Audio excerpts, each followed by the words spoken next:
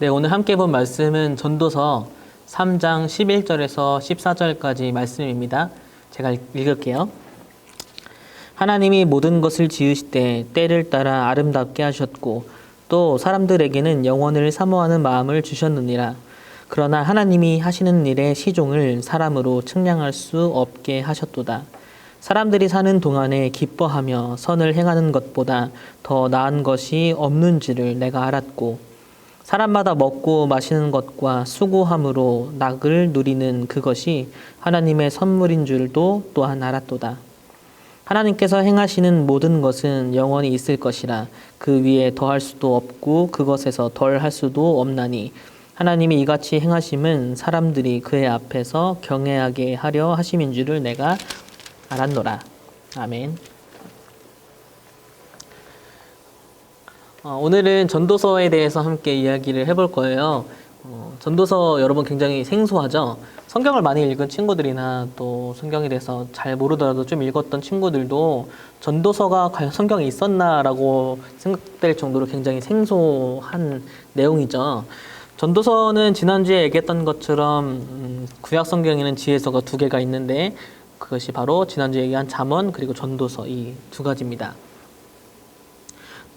먼저 잠언에 대해서 좀 이야기를 해보면 정리를 하는 거죠. 잠언은 이렇게 정리할 수 있어요. 개인의 삶에서 어떻게 지혜롭게 성공하며 살 것인가? 그것이 하나님과 어떤 관련이 있는가?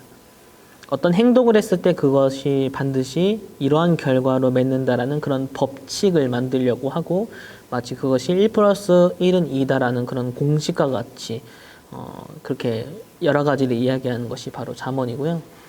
이 잠언은 진리나 지식이 아니라 오랜 삶에서 체득한 지혜에 대해서 이야기하고 있고 결론적으로 지혜의 근본은 하나님을 경외하는 것이라고 그렇게 얘기를 합니다.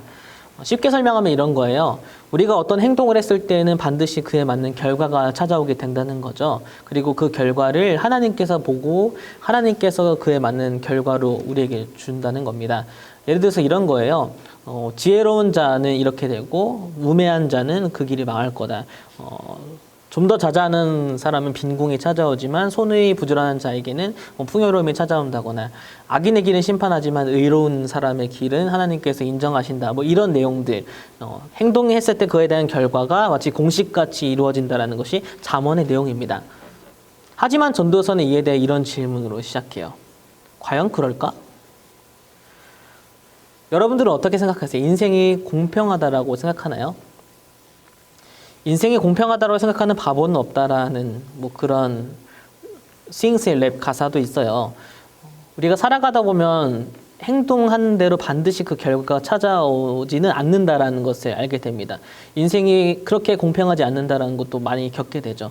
열심히 노력했지만 그 노력의 결과가 나오지 않을 수도 있고 나보다 더 열심히 안 한 친구가 나보다 더 좋은 결과, 더 좋은 성공을 이루기도 합니다. 똑같은 곳에서 출발하지 않고 나보다 더 앞선 곳에서 더 부유한 데서 출발해서 나보다 더 노력하지 않아도 더 잘 되는 그런 친구들의 모습도 보게 됩니다. 그렇죠. 인생은 그렇게 공평하지만은 않는 것 같아요. 그래서 전도서는 행위는 곧 결과다라는 그런 것에 반대를 합니다.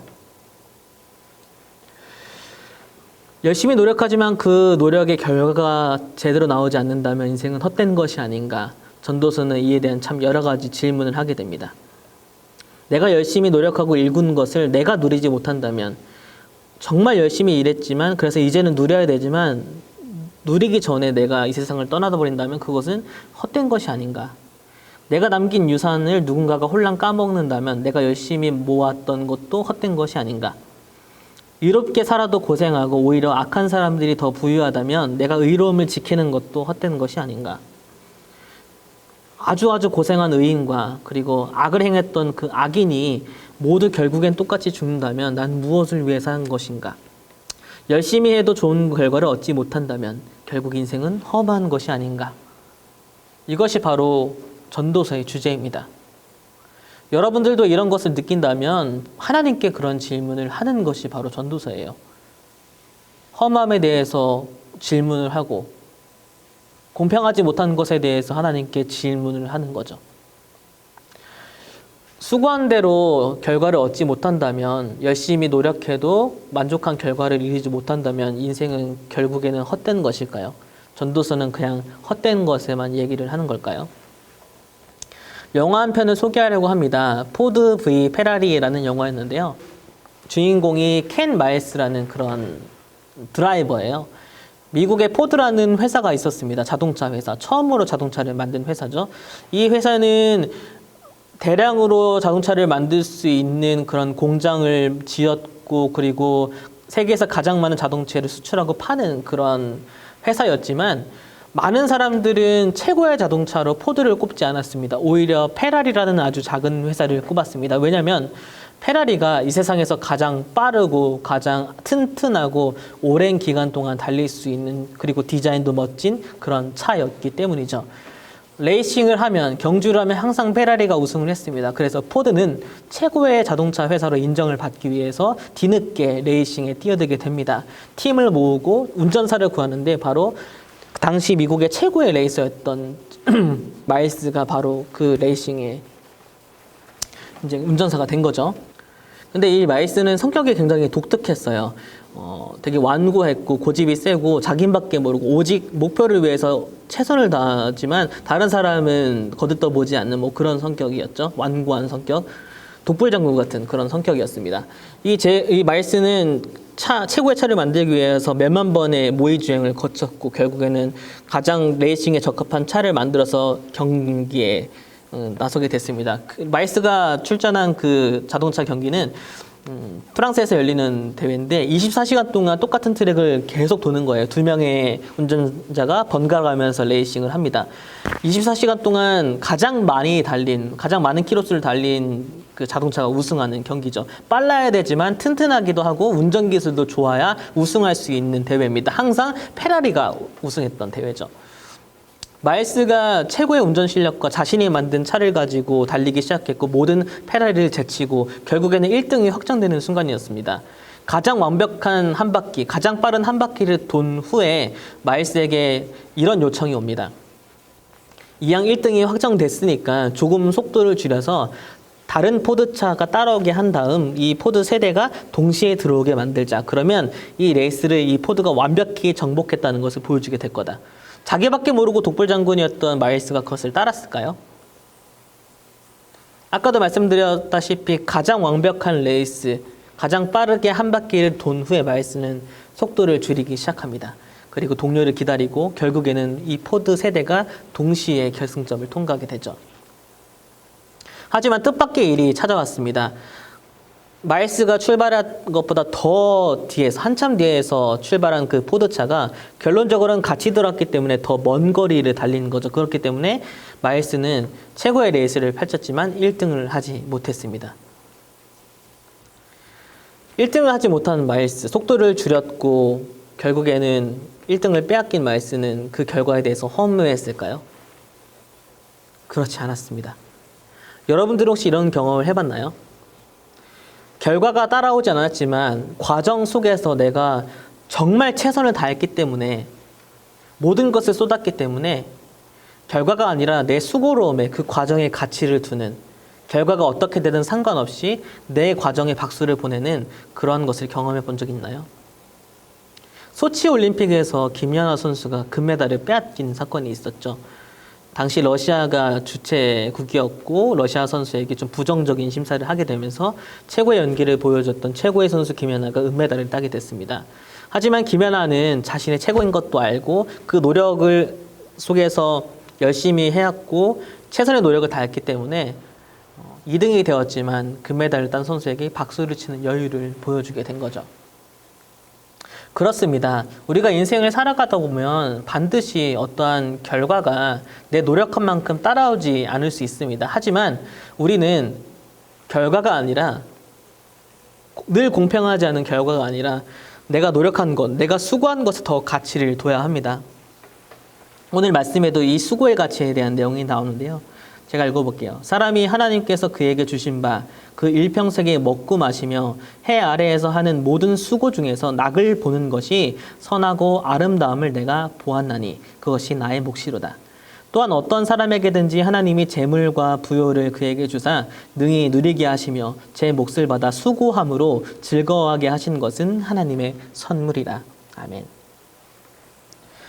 결과가 아니라 그 과정 속에서 내가 모든 것을 쏟을 수 있고 수고할 수 있는 것, 열심히 할 때 느껴지는 그 보람과 즐거움, 하루를 열심히 살아가는 데에 먹고 마시는 그 기쁨이 하나님이 주신 정말 제대로 된 선물이라는 거죠. 내일 일은 어떻게 된지 알지 못하기 때문에 오늘의 과정 속에 최선을 다하는 것, 바로 오늘이, 지금이 하나님의 선물인 것입니다. 그렇기 때문에 오늘을 present, 선물로 번역하는 거죠. 우리가 어떤 때를 살고 있는지 잘 알지 못합니다. 이 전도서에도 얘기하지만 때로는 기쁠 때도 있고 슬플 때도 있습니다. 찾을 때도 있고 잃어버릴 때가 있고 지킬 때도 있고 버려야 될 때가 있습니다. 열심히 노력해야 될 때가 있고 쉬어야 될 때가 있는 거죠. 오늘 하루를 열심히 살아가지 못한 사람은 내일 편하게 쉴 수 없습니다. 오늘 일을 내일로 미루면 내일이 더 고생스러운 거죠. 반면에 오늘 정말 제대로 쉬고 먹고 즐거워하며 누리지 못한 사람은 다음 날을 열심히 일할 수 없는 것과 마찬가지입니다. 오늘 나에게 주어진 시간에 최선을 다하는 것. 오늘이 즐거워야 될 때면 즐거워하고 슬퍼해야 될 때면 마음껏 슬퍼하며 힘겨운 시간이라면 그것을 마음껏 누리며 그 힘겨움을 하나님 앞에 고백하는 것. 그리고 수고해야 될 때는 최선을 다해서 수고하고 땀 흘리며 쉬어야 될 때는 마음껏 쉴 수 있는 것. 사랑해야 될 때는 최선을 다해서 사랑하지만 또 이별해야 될 때는 내가 너무나 사랑했기 때문에 눈물을 흘리는 것. 오늘 주어진 때에 최선을 다하는 것이 바로 하나님이 주신 선물이고 우리가 오늘의 의미를 두고 오늘의 하나님을 만나는 것입니다. 전도서는 이야기해 줍니다. 때를 알 수 없고 내일은 어떻게 될지 알지 못하기 때문에 바로 오늘 내가 주어진 때에 최선을 다하라고요. 결과가 아니라 수고의 가치를 두라고 우리에게 가르쳐 줍니다. 코로나19로 인해서 여러분들의 하루하루가 만족스러워지 못할 수도 있습니다. 무의미하게 하루를 보낼 수도 있고 생각하지 못한 하루를 보내야 될 때도 있습니다. 하지만 오늘 나에게 주신 이 하루가 어떤 의미가 있는지를 하나님께 묻고 오늘의 하나님을 만나고 오늘의 의미에 최선을 다하는 여러분들이 됐으면 좋겠습니다.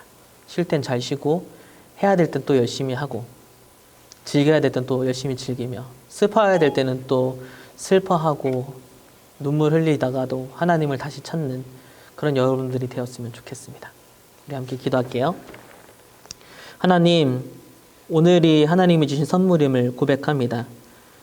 우리에게 주어진 하루에 최선을 다할 수 있도록 하여 주시고 그 하루 속에서 오늘의 하나님, 오늘의 의미를 찾으며 수고로움 속에서 열심히 노력한 것 속에서 가치를 발견하고 기쁨을 누리기를 원합니다. 하나님이 주신 최고의 선물은 바로 우리에게 주어진 하루 속에서 그것을 즐거워하며 누리며 수고하는 것임을 고백합니다.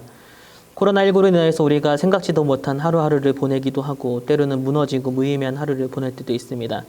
주어진 하루에 최선을 다하고 그 의미를 찾으며 하나님 앞에 힘을 구하며 그렇게 하루하루 오늘의 하나님을 만나며 오늘의 의미 속에서 즐거움 속에서 살아가게 인도해 주세요. 예수님 이름으로 기도드립니다. 아멘. 주기도문 고백하고 예배 마치겠습니다. 하늘에 계신 우리 아버지, 아버지의 이름을 거룩하게 하시며 아버지의 나라가 오게 하시며 아버지의 뜻이 하늘에서와 같이 땅에서도 이루어지게 하소서. 오늘 우리에게 일용할 양식을 주시고 우리가 우리에게 잘못한 사람을 용서하여 준 것 같이 우리의 죄를 용서하여 주시고 우리를 시험에 빠지지 않게 하시고 악에서 구하소서. 나라와 권능과 영광이 영원히 아버지의 것입니다. 아멘. 여러분, 사실 제가 이 설교를 3번째 하는 거예요.